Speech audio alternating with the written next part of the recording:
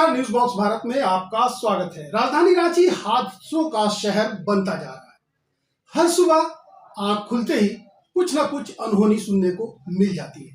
रांची के नामकुम इलाके में जमीन कारोबारी मधु राय की हत्या का अभी मामला पूरी तरह से शांत भी नहीं हुआ है कि सुबह सुबह अपराधियों ने नामकुम के हाहा पंचायत के मुखिया नन्हे कच्छप को नामकुम रिंग रोड रामपुर के अरविंद टेक्सटाइल के पास गोली मारी गई।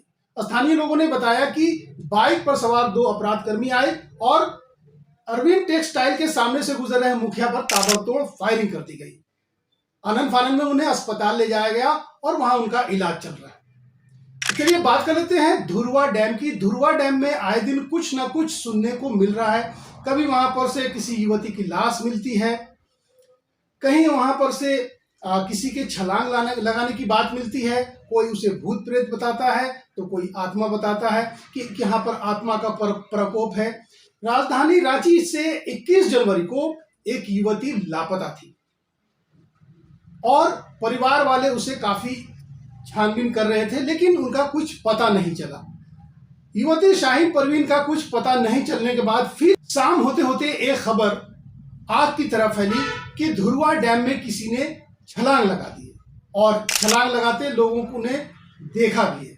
काफी मुशक्कत के बाद युवती का शव निकाला गया 2 दिनों के बाद।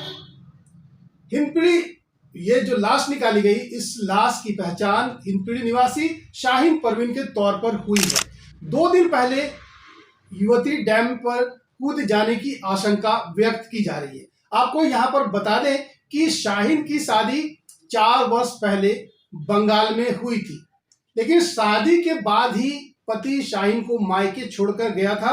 पति से अलग रहने की वजह से वो कई वर्षों से तनाव में थी। मृतक शाहीन का 3 साल का एक छोटा बेटा भी है। धुरवा डैम से बरामद हुई शाहीन के शव के सामने परिवार की चीख पुकार जो है, मौत के बाद वहां पर लोग मातमी माहौल बना हुआ है। पिता की आंखों में आंसू है और वो कहीं ना कहीं से पछतावा उनकी आंखों में दिखाई पड़ रहा है कि शायद शाहीन का शव नहीं मिलता। उनकी खबर जो है सिर्फ मिलने की खबर है। फादर को बना दीजिए, भाई को बना दीजिए। हाँ, क्रियाक्रम चल रहा है।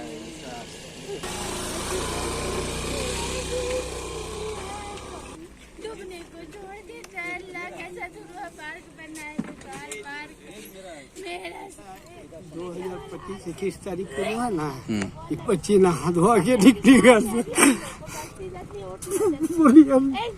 धूप में जा रहा है।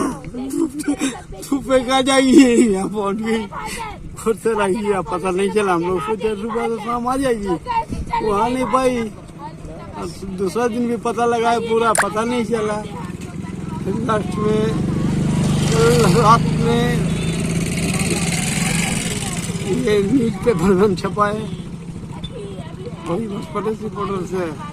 कभी सुबह है तो देखते, सुबह तो हमारा बेटा ही था, भगना देख डेड बॉडी पता चला, हम लोग निकाला तो पता चली। स्थानीय गोताखोरों की मदद से शव को जब बाहर निकाला गया तो पता चला कि वो शव महिला का है। और वहां के जो स्थानीय हैं उन्होंने ये पुष्टि की कि 21 जनवरी को जो डैम में एक युवती का शव बरामद हुआ था, उसी दोपहर हमने एक खबर दिखाई थी आपको कि एनी एक का शव वहां तैरता मिला था। उसी के शाम में दोपहर के वक्त में वहां पर एक महिला के कूदने की खबर थी। ये हो ना हो, ये महिला वही महिला है। और स्थानीय लोगों की माने तो वो जो है वो सुसाइड पॉइंट बन गया है।